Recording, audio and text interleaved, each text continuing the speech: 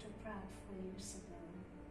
Well, when I came, it was actually 6 years ago, believe it or not, yes.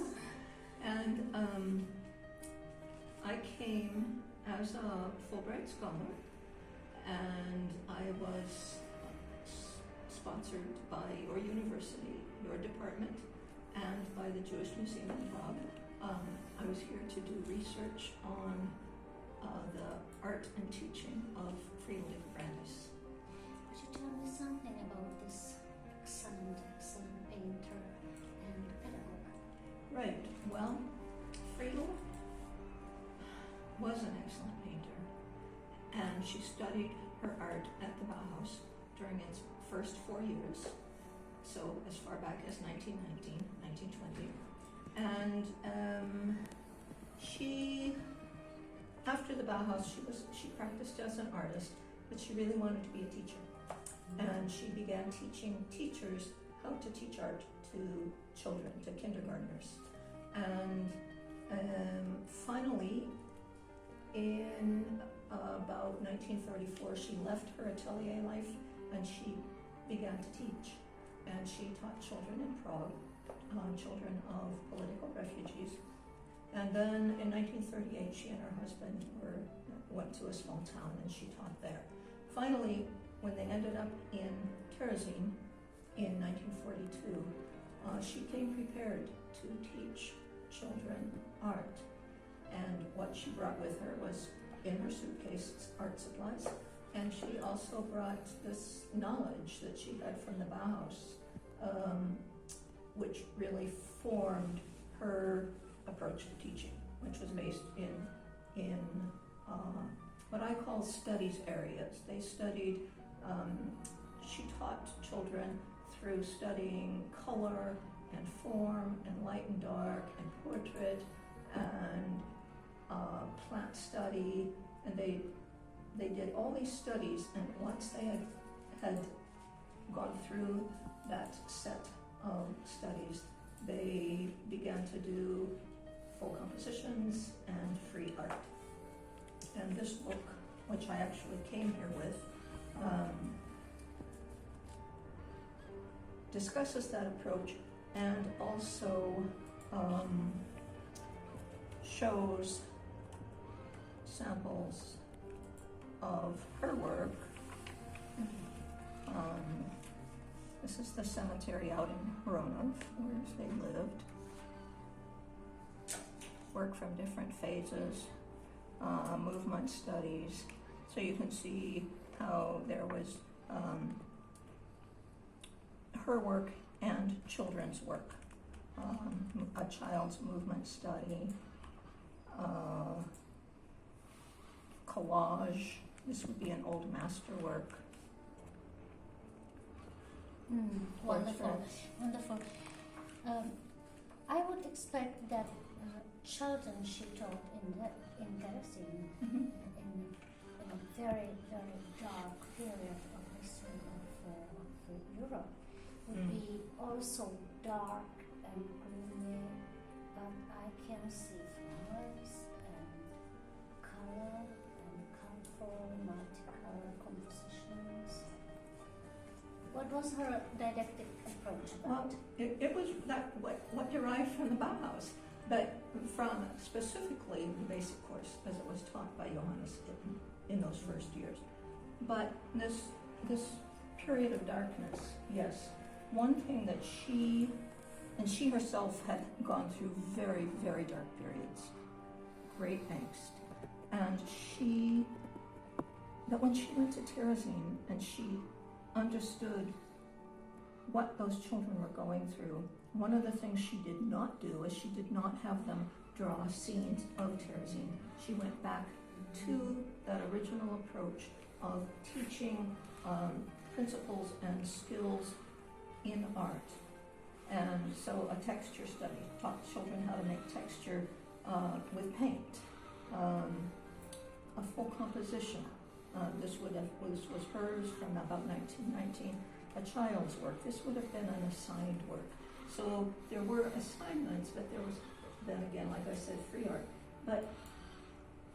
And of course, she didn't have materials, she had to pilfer materials and probably got paint from the camp artists and the papers for the collages from packages that people in Terezin could receive. But she didn't go for the darkness with children. It was already dark enough. It was dark where they lived. I was just out there the other day, and it is a dark place to this day. She offered them these ideas about first the plant study. She brought plants in these grasses, with just a brush and watercolor. A child did this. Another one did this. There were not the women I spoke with when I was on my research 6 years ago told me there were no flowers in Terezin, but there were vases that were left over from when people actually lived there in the town. And so she would have them imagine the flowers, but there would have been grasses. She could have picked grass and brought it to the girls. And so she helped them stay focused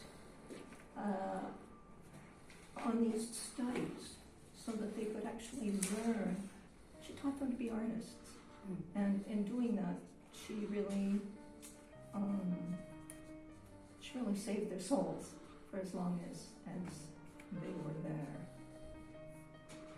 That's wonderful. And would you tell me something about those portraits? Because I noticed also faces of children in the pictures. Let's see where they might be. Well, one of the areas was portrait study. Here's one. This was made by the woman that you and I interviewed 6 years ago, Mrs. Fulková. And then these.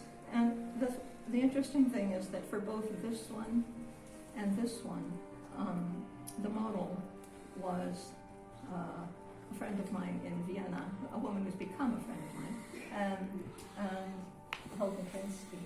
And I was looking at how the women were remembering their teacher and or the art lessons, and also the portraits. And I had a wonderful interview with Helga Kinsky, again, who I said was the model. And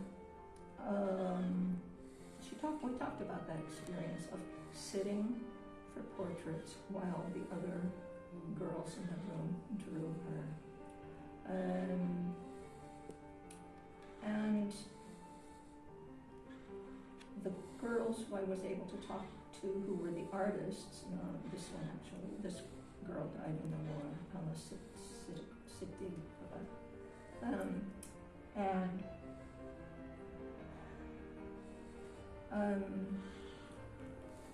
They didn't so much remember